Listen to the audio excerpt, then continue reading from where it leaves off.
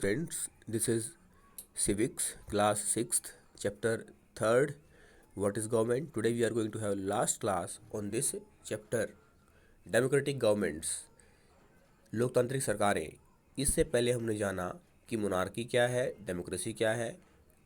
अब हम जानेंगे कि डेमोक्रेटिक गवर्नमेंट किस तरह की होती है. इंडिया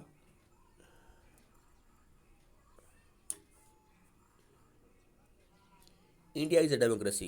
भारत एक लोकतांत्रिक देश है. दुनिया का सबसे बड़ा लोकतंत्र है. This achievement is a result of long and eventful struggle of the Indian people.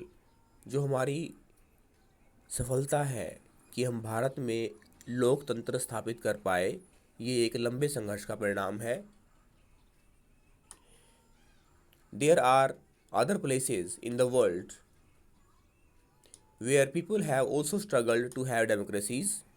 You now know that the main feature of democracy is that people have the power to elect their leaders. दुनिया में ऐसे बहुत सारे देश हैं जहाँ लोकतंत्र स्थापित करने के लिए लोगों ने संघर्ष किया. और लोकतांत्रिक सरकार की सबसे बड़ी विशेषता क्या है कि इसमें जो लोग हैं वो अपने द्वारा चुने गए प्रतिनिधियों के माध्यम से शासन प्रशासन में भाग लेते हैं. They have the power to elect their representatives. So in the sense a democracy is the rule by the people. The basic idea is that people rule themselves by participating in making of these laws. इस तरह से लोकतंत्र का आधारभूत विचार क्या है कि इसमें लोग शासन प्रशासन में अपने चुने हुए प्रतिनिधियों के माध्यम से भाग लेते हैं. Democratic governments in our times are usually refer to as representative democracies. इसलिए लोकतांत्रिक सरकारों को रिप्रेजेंटेटिव डेमोक्रेसी यानी प्रतिनिधि लोकतंत्र यानी इनडायरेक्ट डेमोक्रेसी कहा जाता है. क्योंकि लोगों के द्वारा चुने गए प्रतिनिधि शासन करते हैं लोगों की ओर से, क्योंकि वो लोगों के प्रतिनिधि होते हैं और लोग लोकतंत्र में इनडायरेक्ट रूप से शासन करते हैं. इसलिए इसे अप्रत्यक्ष लोकतंत्र या प्रतिनिधि लोकतंत्र भी कहा जाता है. In representative democracies people do not participate directly but instead choose their representatives through an election process. These representatives meet and make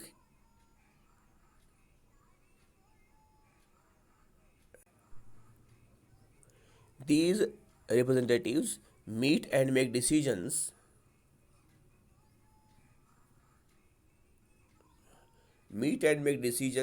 for the entire population. These days a government cannot call itself democratic unless it allows what is known as universal adult franchise. This means that all adults in the country are allowed to vote. इसलिए ये तो हमें मालूम हो गया कि लोकतांत्रिक सरकार में लोग शासन प्रशासन में अप्रत्यक्ष रूप से भाग लेते हैं. लेकिन कैसे भाग लेते हैं? चुनाव के द्वारा. और चुनाव में कैसे? चुनाव में प्रत्येक व्यक्ति को जिसकी उम्र 18 वर्ष या ज़्यादा है उसको वोट का अधिकार है. इसलिए लोकतांत्रिक शासन व्यवस्था में लोग मताधिकार के माध्यम से अपने प्रतिनिधियों का चुनाव करते हैं और वो प्रतिनिधि लोगों की ओर से देश का शासन चलाते हैं. But it was not always like this. लेकिन हमेशा ऐसा नहीं है. Can you believe that there was a time when governments did not allow women and the poor to participate in elections. क्या आपको वो समय याद है जब महिलाओं को, निर्धनों को चुनाव में भाग लेने का अधिकार नहीं था?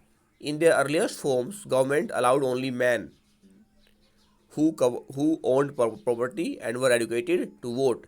शुरू में उन्हीं पुरुषों को वोट का अधिकार था जो पढ़े लिखे थे और जिनके पास संपत्ति थी. This meant that women, the poor and the propertyless and the uneducated were not allowed to vote. इसका अर्थ क्या हुआ?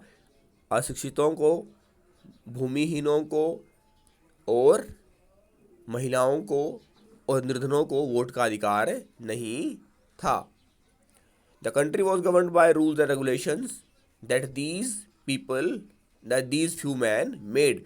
और देश का प्रशासन उन गिने चुने लोगों के द्वारा बनाए गए नियमों से होता था जिनको वोट का अधिकार था।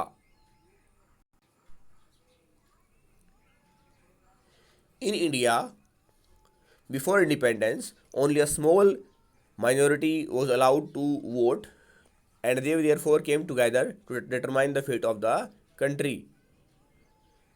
Several people, including Gandhiji, were shocked at the unfairness of this practice and demanded that all adults have the right to vote. This is known as universal adult franchise.